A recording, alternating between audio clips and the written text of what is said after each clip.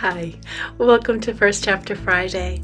This story is a retelling of the 1984 classic by George Orwell, and the book is called Julia. It's by Sandra Newman, and I've heard a lot so far about how this is a feminist story. I don't get that. I just get it that a female is telling the story instead of the male in the first book, which was 1984, and the character was Winston who gave his tale. This one just feels like it was Julia's story of living in this dystopian world. If you don't know about 1984, is very communist. It's run by an oligarchy where they're about 2% of the population. Then there's the inner party, the outer party, and the proles. They are in these different categories because everyone is being used in a different way in order to make this type of society work. And it's communist in that all the resources are gathered to be used by the state. The state has control and the say over everything that happens, what your jobs are, all the way through to your marriages, how you need to behave in them, how your children are raised, everything. So I enjoyed this viewpoint, a woman's viewpoint of what that was like in that world. I hope you do too, and I'll give you a little more commentary at the end of this first chapter. It was the man from Records who began it. Him, all unknowing in his prim, grim way, his above it all, old think way. He was the one Simey called Old Misery. He wasn't truly new to Julia. Fiction, records, and research all took second meal at 1300, so you got to know everyone's face. But up to then, he'd really just been Old Misery, the one who looked like he'd swallowed a fly, who coughed more than he spoke. Comrade Smith was his right name, though comrade never suited him somehow. Of course, if you felt foolish calling someone comrade, far better not to speak to them at all. He was slight and very fair, good-looking, or might have been, if he hadn't always looked so sour. You never saw him smile, unless it was the false smirk of party piety. Julia made the error of smiling at him once, and got back a look that would sour milk. People said he excelled at his job, but couldn't advance because his parents had been unpersons. One supposed that made him bitter. Nonetheless, it was a shame how Simey tormented him. At the Ministry of Truth, Simey worked in research, devising newspeak words. These were meant to purify everyone's mind, but were mainly a pain in the arse to learn. Most folks muddled along, but Old Misery Smith couldn't even say "un-good" without looking as if it scalded his mouth. Simey saw in this a reason to follow him around and to act like his best friend, the better to pepper him with newspeak terms and watch the fellow squirm. Smith also hadn't the stomach for public executions, so Simey would talk about the hangings he'd witnessed, making the noises of the strangling men, and saying how he enjoyed it when their tongues lolled out. Smith turned positively green. That was the sort of fun that Simey liked. Julie had spoken to the man just once, when they had got stuck together at a table in the canteen. She still harbored hopes for him then. There were so few attractive men at Truth that she thought she could nurse a crush on Smith to while away a tedious day. So she chatted with more warmth than warranted about the new 3-year plan, and how fiction had luckily got new workers. All praise to Big Brother, and how was Records bearing up? Instead of answering, he'd said, not meeting her eye, "So you work on one of the fiction machines?" She'd laughed. "I fix whatever breaks, comrade. It's not just one machine. That would be a fine machine, one that you had to fix all day." "I always see you with the spanner." His eyes went to the red Junior Anti-Sex League sash at her waist, then darted away hastily, as if he had had an electric shock. She'd seen the silly blighter was afraid of her. He thought she was about to report him for sex crime, as if she could see whatever filthiness he had cooking in his head. Well, there wasn't much point after that. They finished their meal in silence. The day it changed was the morning O'Brien was in fiction, a low April morning of evil winds, when all London rattled and moaned and seemed about to blow down around its own ankles. With O'Brien in, fiction was a madhouse, everyone showing off how hard they could work. But Julia's side dried up. She spent the whole morning up on the walkway, watching in vain for the yellow flags that meant someone needed a repair. Normally, they sprouted like weeds, and Julia was dashing about all day to refrains of, "Comrade, it's making a rattle. Oh, it's not doing it now. Could you just check?" Most service requests were just an excuse to sneak out for a chat and a gin, and Julia always played her part, shutting down the machine, pretending to hunt for the source of a phantom problem. Today, not a rattle in the house. Everyone was too afraid of being taken for a saboteur by O'Brien. Julia spent the morning pacing the walkway, gasping for a fag, but knowing all it wanted was a cigarette for her to look criminally idle. Fiction was a vast and windowless factory floor that took up the first 2 basement stories of the Ministry of Truth. The space was dominated by the plot machinery, 8 mammoth machines that looked like simple boxes of shiny metal. When you opened them, their guts were a bewildering array of sensors and gears. Only Julia and her colleague Essie knew how to crawl around inside without doing damage. The central mechanism was the kaleidoscope.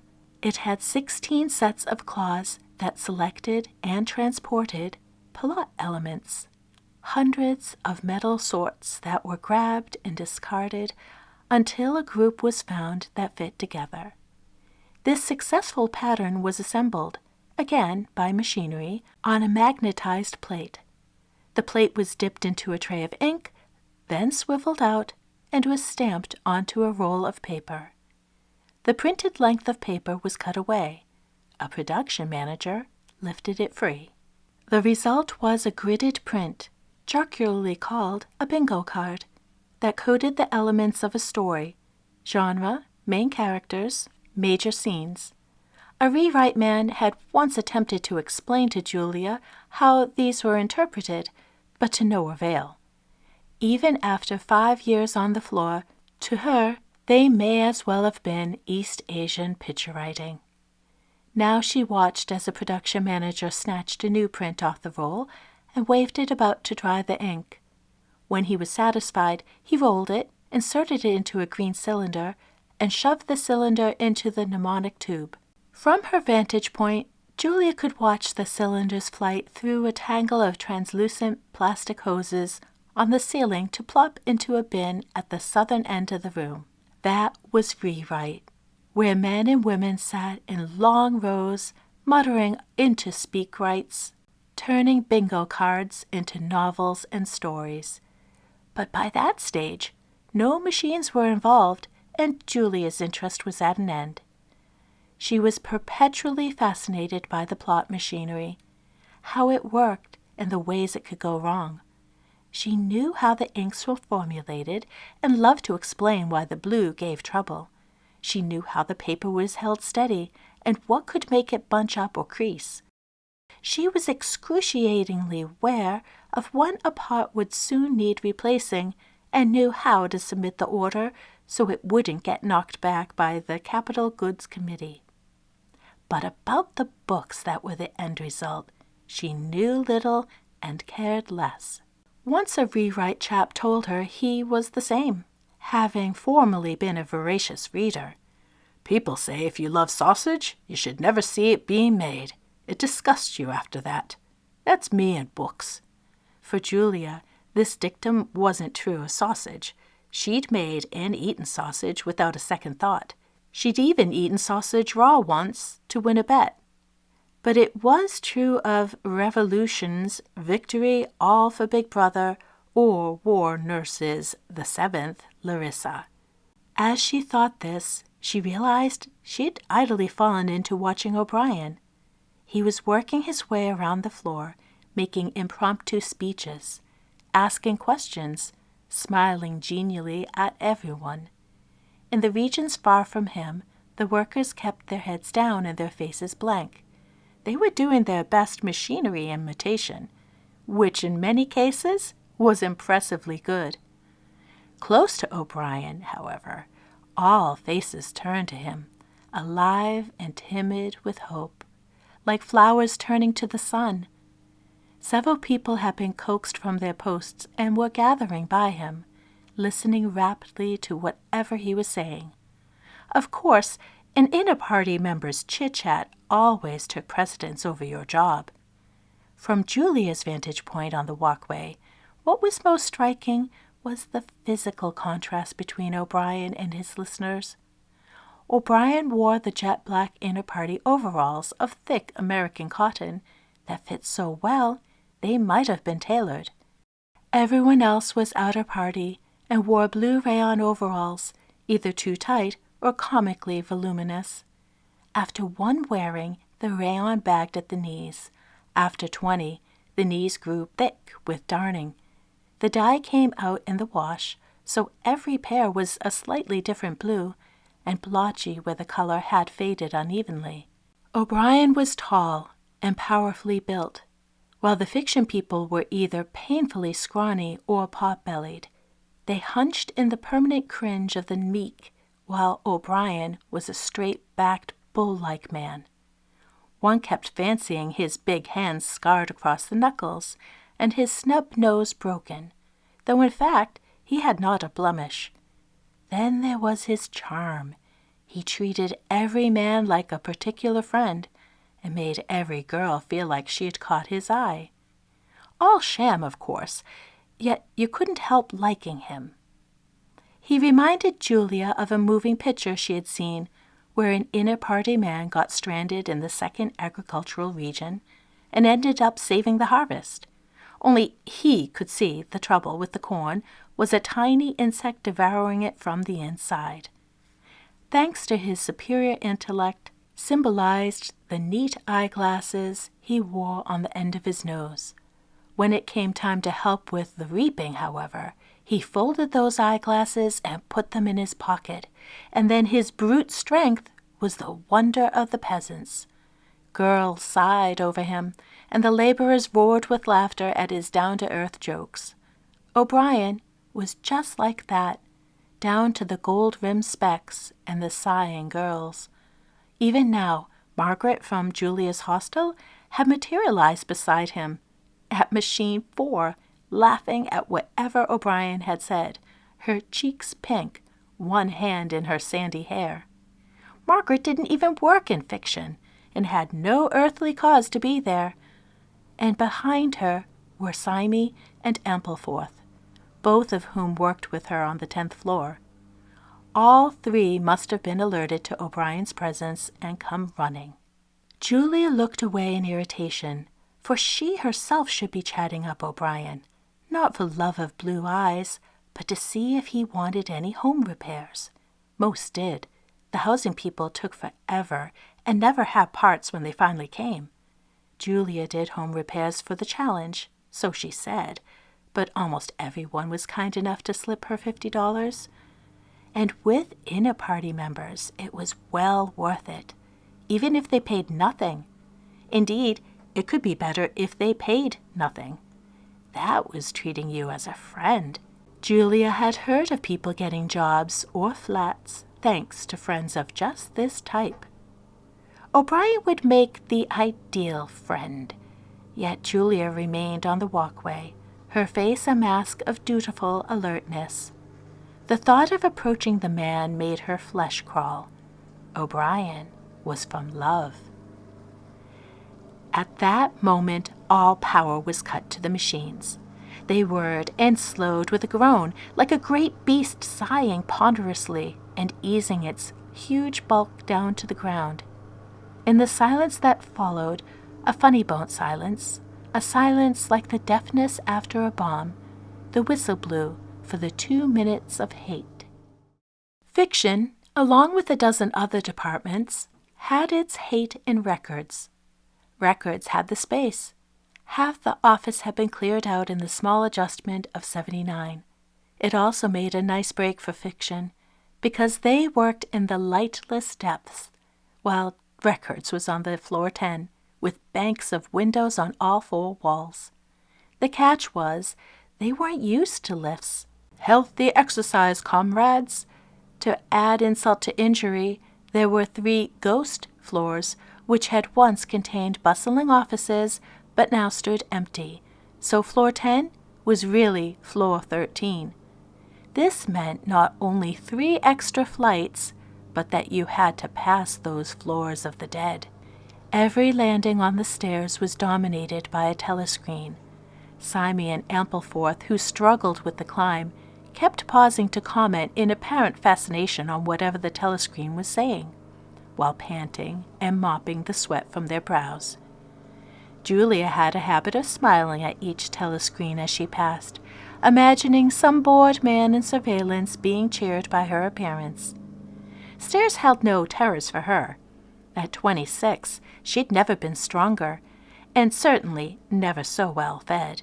Today, she was especially lively after the long, dull hours of idleness, and trotted up, chattering with everyone she met, pressing hands and laughing at jokes.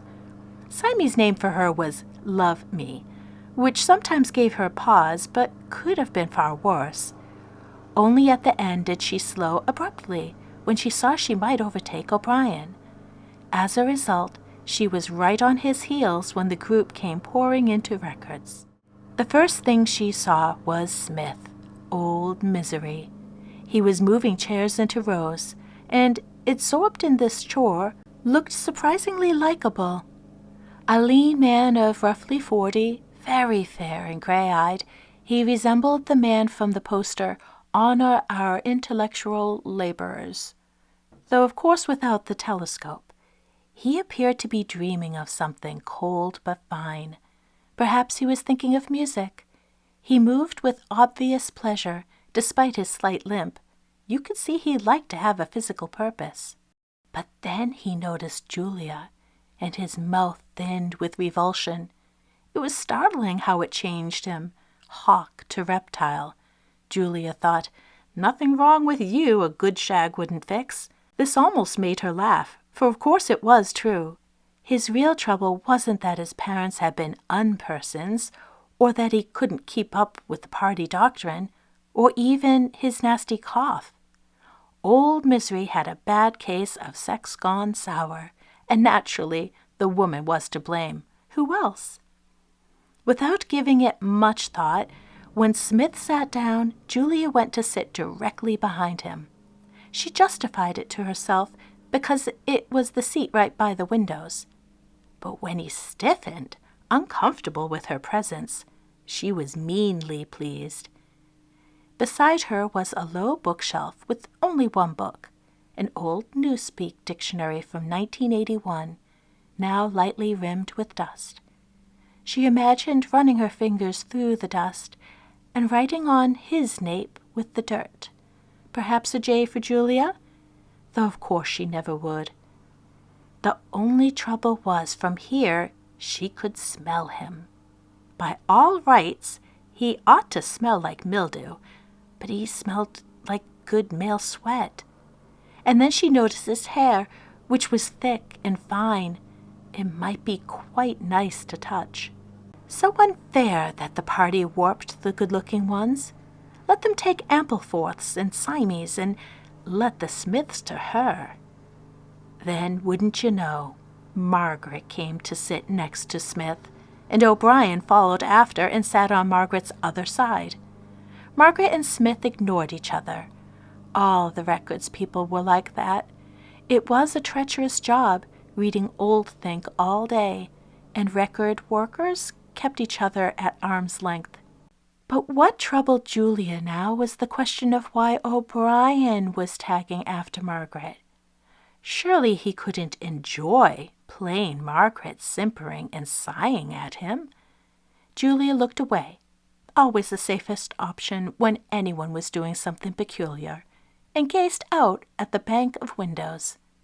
At that moment, a scrap of newspaper sailed past, hectically spinning in the air, before it abruptly spread itself and dived into the rooftops far below.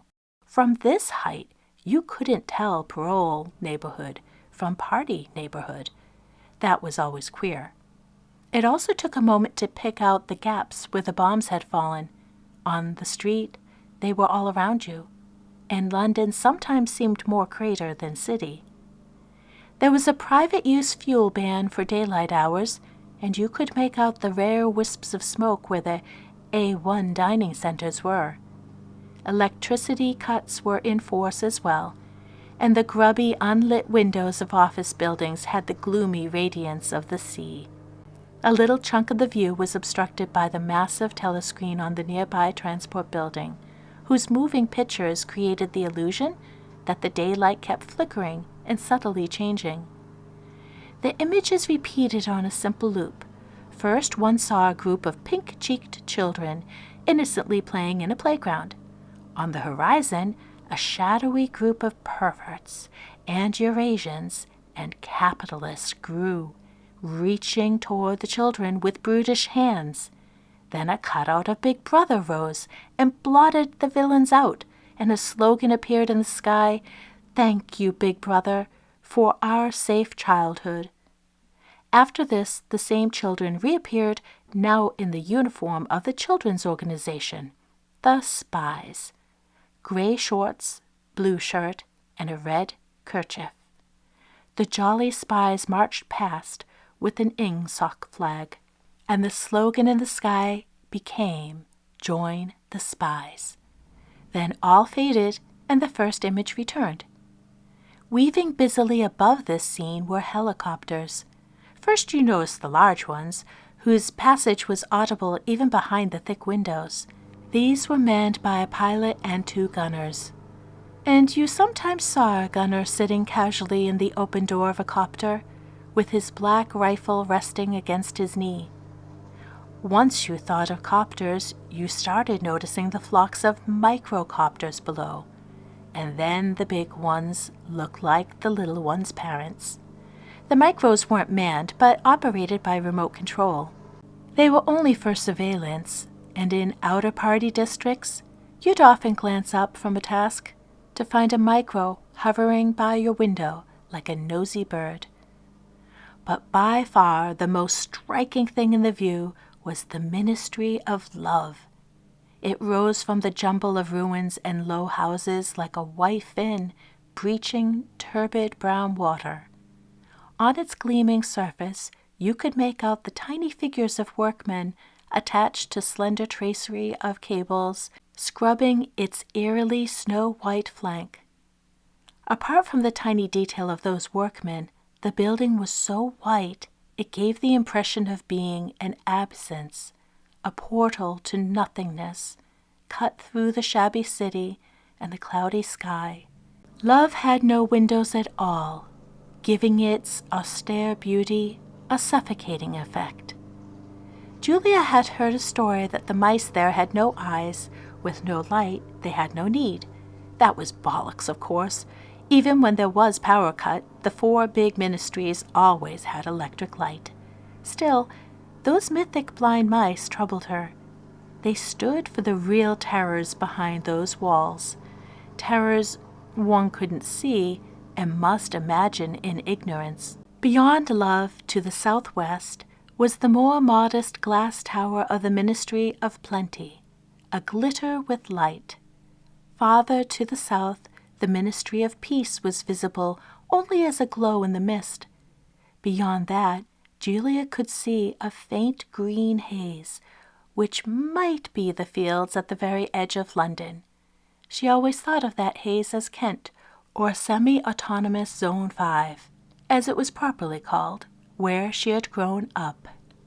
Most other truth workers were born in the city, and passed the windows without a glance. But Julia could never get enough of London. She even loved how blasted and tumble down it was, how wild if you strayed from the party neighborhoods. It was the greatest city in Airstrip 1, the most populous city in all of Oceania, from the Shetland semi-autonomous zone to the Argentine economic region. Julia never stopped feeling lucky to be here, born as she was in the SAZ, amidst the cows and the camps. While she was gazing out the window, the room had filled, and Smith's man scent had vanished in a general fug of dirty laundry, sour breath, and cheap soap. Some people's faces were already indignant in preparation for the hate. It was always queer to see them snarling and glaring rigidly at a blank telescreen. Julia was feeling her usual anxiety that this time it wouldn't come off, that they would try to rage and give up in embarrassment, or simply burst out in laughter. Whenever she imagined this, she saw herself standing up righteously, scolding the mockers. In reality, she would be the first to laugh. And then it was starting. One felt it before one heard it, a vibration like thunder that resolved into a too loud grating voice. It seemed to buzz in the metal chairs themselves and make the lighting seethe with migraine. All cried out in anger as the telescreen filled with the familiar and loathsome face of Emmanuel Goldstein. It was a lean, intellectual face with a kindliness that soon came to seem conniving and false. Behind the spectacles, the eyes were childish and lewd at once. The thick lips were always moist. They made you want to cross your legs. The bloom of woolly white hair round his head was sheep-like, as were his bulbous features. Even his voice had a bleating querulousness. As the clip began, he was making a speech that at first seemed much like a party speech. In fact, for long stretches, it was newspeak. Sick think, overtaked, plus good of true fighters. You had to listen closely to hear. It was actually a string of attacks on Oceania, the party, and their way of life. Emmanuel Goldstein had once been a hero of the Revolution, who had fought at Big Brother's side. Then he turned against the party and now devoted his considerable cunning and energy to the destruction of Oceania and its people. No one was safe from its malice. If he couldn't turn citizens against the party, he would poison the water supply. If he couldn't pervert little children, he would bomb their schools. He detested anything chaste or brave because he lacked these qualities, and for this reason he hated Big Brother with all of his warped, parasitical heart. Although his speeches were always full of obvious lies and meaningless jargon like free speech and human rights, he still managed to gull some people. His acolytes were responsible for everything that went wrong in Oceania, from the sabotage that meant no one had enough food, to the undermining of soldiers' morale that kept Oceania from winning the war. Of course, one knew this couldn't all be true.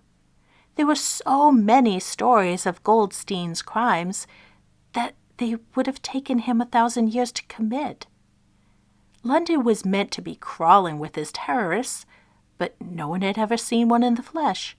The tales of Goldstein's escapes from justice were particularly far-fetched, always involving thrilling feats of courage by our boys in black, and a humiliating episode in which Goldstein fell on his backside, or sniveled, begging for his life, only to be rescued at the last minute by some villain, usually a party higher up who had fallen out of favor the day before. Today, Goldstein was talking against the war in the most puerile and offensive way, as if the war were all of Oceania's fault. He cared nothing for the people killed by bombs that morning. Just in case you were in danger of being won over, Behind his head, the screen showed ranks of marching Eurasian soldiers and an endless flood of massive, hard-faced men. The hate was in full swing now, the whole room heaving and yelling. Margaret was prettily flushed, her mouth straining wide in sensual rage, and O'Brien had manfully risen to his feet as if to confront the hated enemy. Even Smith was roaring with a surprising venom and kicking spasmodically against the rung of his chair. For a hazardous moment, Julia had become detached, wondering clinically if Smith was shamming. Then a jolt of panic went through her. She had forgotten to keep yelling. Now she felt a yawn coming on. On impulse, she grabbed the Old Speak dictionary from the shelf beside her. Taking a deep breath, she screamed, "Swine! Swine! Swine!" and hurled the heavy book over everyone's heads.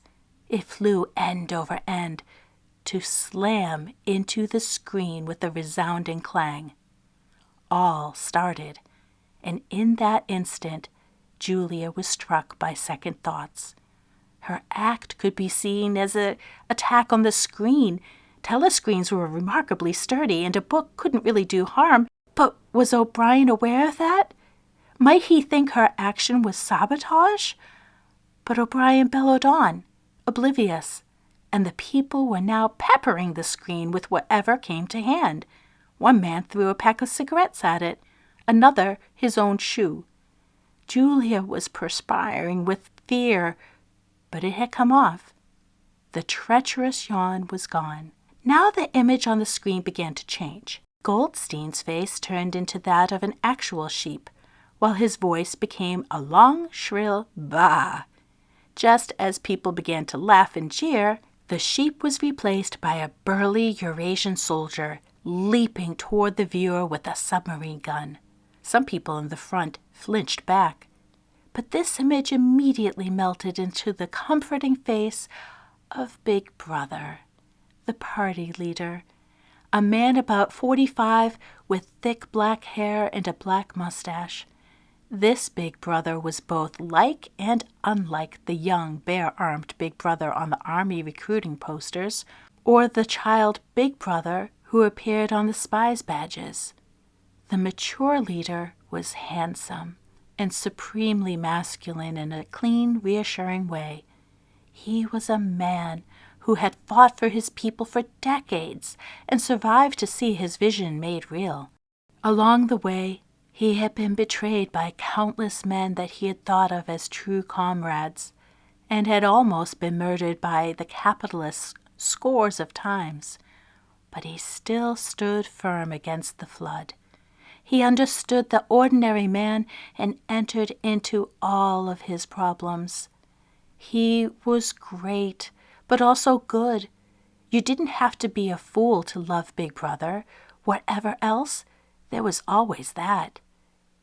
As Big Brother spoke, everyone shifted toward the screen, as if basking in its light. He said, "We stand as one. Ours is the truth." More grand, plain words followed that faded from Julia's mind even as they were spoken. Margaret stretched forward over the back of the empty chair in front of her, murmuring, "My Savior," and buried her face in her hands. Smith, too, strained forward, his fair head raised. In the final seconds, Big Brother's face faded and was replaced by the 3 core party slogans written in thick black letters on red. War is peace. Freedom is slavery. Ignorance is strength. Then the telescreen blanked out and left the watchers facing their own dim reflections. They began the chant, "B, B, B, B, B, B." It started out uncoordinated and messy, but soon settled into a slow, sure beat. Those who were still sitting rose to their feet. Some stamped along or drummed on the backs of chairs. This part of the ritual was always a release. Everyone relaxed and beamed. Another thought had been correctly thought, another feeling rightly felt. One saw how little the party asked, after all. You needn't know all the latest newspeak words, or struggle to believe contradictory things. If you hated the enemy, you could be loved. People smiled dopily at each other, and some eyes welled with tears. They had had a good hate. Now all that remained was the petty problem of knowing when to stop chanting. You wouldn't want to be the first to quit, but being last was no good either. Julia decided to take O'Brien as her cue, but as she thought it, he turned his head, and she was startled to see he'd already stopped. His face was also queer, expressing not joy, but a humorous interest. At first Julia saw this as sexual and thought, with surprise, that homely Margaret had somehow really attracted him. But O'Brien wasn't looking at Margaret. Impossibly, he locked eyes with Smith, and Smith's face was open, quiescent, bright with some enigmatic softness. He was like a meadow glowing in a bath of sunlight. Instinctively, Julia turned away, and in that moment the chant had ended. She shut her mouth on the last superfluous B, and when she glanced back, O'Brien and Smith were both facing forward again with somber faces. You'd never know that they'd even given each other a thought. Immediately, she was unsure of what she had seen. People looked at each other. How was that significant? Smith's loving expression hadn't been that distinct from anyone else's during the chant. And how was it surprising if O'Brien looked at old Misery with a detached amusement? It was no more than Simey did every day. People now began to rise from their chairs. Ampleforth wandered up and began to talk obsequiously to O'Brien about the new poetry quotas. Nodding and making interesting faces, O'Brien again radiated sincerity. When Smith started gathering chairs again, he was pinched and sour, quite restored to himself. No, nothing had happened after all.